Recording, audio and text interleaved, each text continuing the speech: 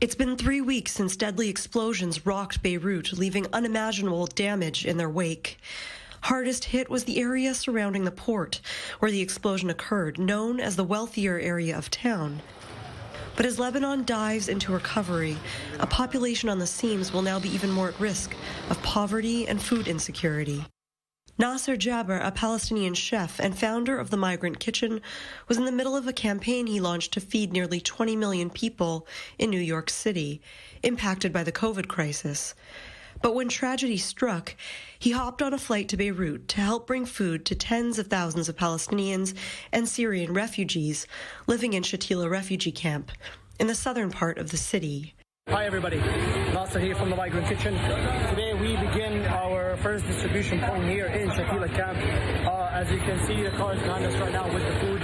We will be distributing food on Vespas, as you guys can see here today. Food will be delivered to people's homes on Vespas. The densely populated camp, only 1 square kilometer, was founded in 1949 to house Palestinian refugees. But after the outbreak of the Syrian civil war, it also received thousands of Syrians, now living in despair, a despair compounded by a city left in ruins.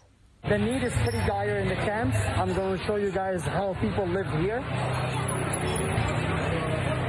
Electricity wires everywhere. He started a campaign to raise funds, and through the Migrant Kitchen, he's delivering meals to more than 5,000 people per day. The Migrant Kitchen is making a pledge to feed the entire camp for the coming period and hopefully for the whole year if we raise the money. The reason we went for cooked food instead of pantry boxes in certain areas is that there's an electricity problem. There's no fridges, right?